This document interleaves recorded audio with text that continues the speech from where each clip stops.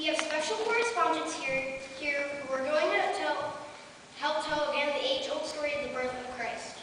In order to tell this fascinating story, members of the audience will be called on for several parts. First, let me set the scenes. This is Bethlehem Central and our special correspondent, Saul Josephson. This is Rome TV for Octavius Augustus Caesar and our Rome News correspondent, Ivana Moorlines. This is the Voice of the Far East and our correspondent and residence, Gabriella Hawley. This is a road outside Bethlehem. Later, it will become a hillside. This is a garage or stable of a motel run by Sam and his wife, Abby.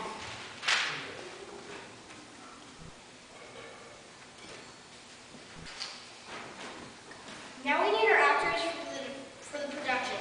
Throughout the sanctuary, there are props for tonight's drama. We will be asking some of the people near those props to assume the character and help us. The first character needed for the play is Caesar. There is a red sash in the sanctuary. Who is nearest it? Will you put it on and come to the studio in Rome? Thank you. We will need a couple to play the part of Joseph and Mary. There's a couple coming in. Excuse me, you two. Yes, you two. We need a couple for their play. I wonder if you'd be willing to come down here and take these parts. Thank you so much.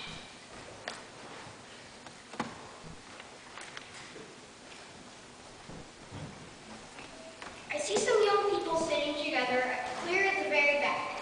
You thought you might get out of the play by sitting in the back pew, but I believe you'd be perfect for the parts of the shepherds and the wise men. Some gentleman who came in had the name Sam written on his program. Who was that? Oh, there you are. Well, you are Samuel, the motel keeper. You'll need a wife for the play. Could you pick out a girl who could be your wife for 30 minutes or so? Now, ladies and gentlemen, boys and girls, you have met our cast. On with the play. This is Hank Anchorman of the Zenith News Network. The year is 6 BC. What kind of year has it been? Many events have taken place. The Jews have pulled down the Roman eagle from the temple gate. Although Herod has kept the peace for 30 years, tortures, executions, and murders are common. More than 2,000 Jews have been slain by Roman soldiers for insurrections. The king of Jews in Jerusalem is Herod, who is not a Jew, but an Arab from Ascalon. Octavius Augustus Caesar has just decreed that the people should be enrolled. We are covering this story from Bethlehem as people have been traveling here to be enrolled in the house of David. What kind of day is it? A day like always, with events that alter and illuminate our times. Bethlehem, Judea, 6 BC. In the studio in Rome, Augustus Caesar, the emperor, has agreed to an interview. We turn to Ivana Moorlines, a correspondent in Rome. This is Ivana Moorlines in Rome. I have here the great emperor, Augustus Caesar. Caesar, why are you having so many people travel to Bethlehem? As you are probably aware, not only are people traveling to Bethlehem, but throughout the empire. People are traveling to the town of their birth to register. Under my leadership, we shall become the greatest empire in the world, and this is a major advance in history. You are having this registration take place in all parts of the Roman Empire? Oh yes, this will be a correct census. It will make a most impressive listing of people. Persia to the east and Egypt to the south are bound to take note of this great undertaking. Could you tell us just exactly what your edict says? Certainly. All people living in the empire under the Emperor Augustus Caesar shall return to the place of their birth for a registration. Each male head of a household with the members of that household shall appear in person before January 1st. Why must this be done in person? We want an accurate count. If each male head of a household with his wife and children are actually there, no one is going to escape being counted. Isn't this a little rough on families with children making this trip, especially at this time of year? Perhaps it is somewhat of a problem for a few people, but it is a small sacrifice for such a great step forward for the empire. On the whole, I think most of the people are approaching the trip with a festive attitude. After all, it has been a long time since most of them have had the chance to return to their hometown. Is it true, as someone reported, that you want to register the people so you can establish a method of taxing them? the news media has blown us all out of proportion. Do you know of any other kingdom or empire in history that has attempted such a momentous task as to register every man, woman, and child?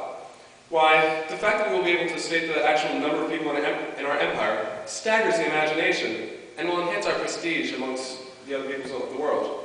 Of course, the knowledge we gain from this registration will allow us to tax more fairly than we have in the past, but taxing is a secondary function of this project. Thank you, Caesar, for your time.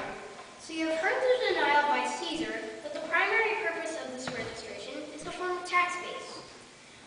I have just been notified that we have a reporter stationed outside Bethlehem, and he has been talking to the travelers as they approach the city limits. Are you there, Saul?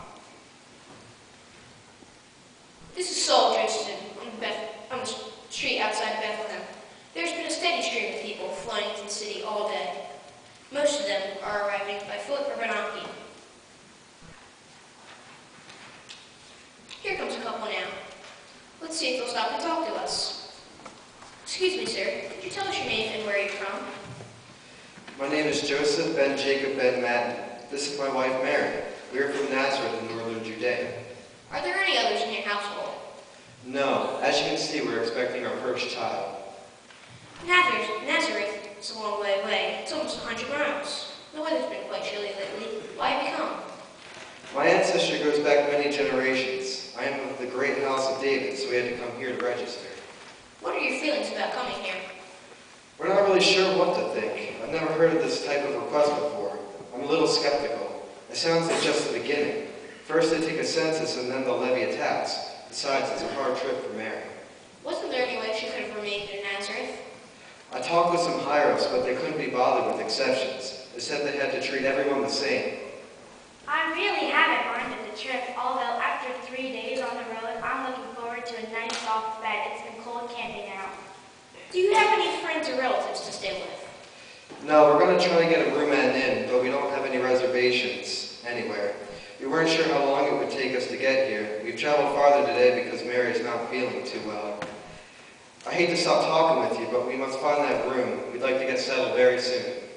Thank you very much. We wish you luck in finding accommodations. With the numbers we've seen, that might be hard. Now back to you, Veronica. Thank you, Saul. We're back at Bethlehem Central. It is a great concern how all the people are going to be accommodated. I've asked Samuel Ben Amos, a prominent businessman who runs an inn in Bethlehem, and who is also an active Chamber of Commerce member, to discuss arrangements the city has made for housing the influx of people. As you are well aware, Bethlehem is a great city, a great place to live and raise children. It also has some of the finest inns in the country. In fact, my inn is, I can say without bragging, one of the finest in the country. I had our inn redecorated last summer and added 4 more units. It's beautiful, really beautiful. I'm sure anyone watching on TV will want to stay at our inn if they come to Bethlehem. We're even talking about putting in a swimming pool next year. Aren't we, Sam? Yes, indeed we are. I appreciate your enthusiasm for your city and your inn, but will you and your fellow innkeepers be able to accommodate as many as you expect? Well, I certainly don't foresee any difficulties. Is there any truth to the rumor that the prices have been inflated? Madam, you can't deny a businessman a profit at my inn. We serve the finest quality food and offer attractively decorated rooms. I have made quite an investment in the best for high-quality patron. Thank you for appearing here at our studio. We know how busy you must be at this time. We shall talk with you again at your place of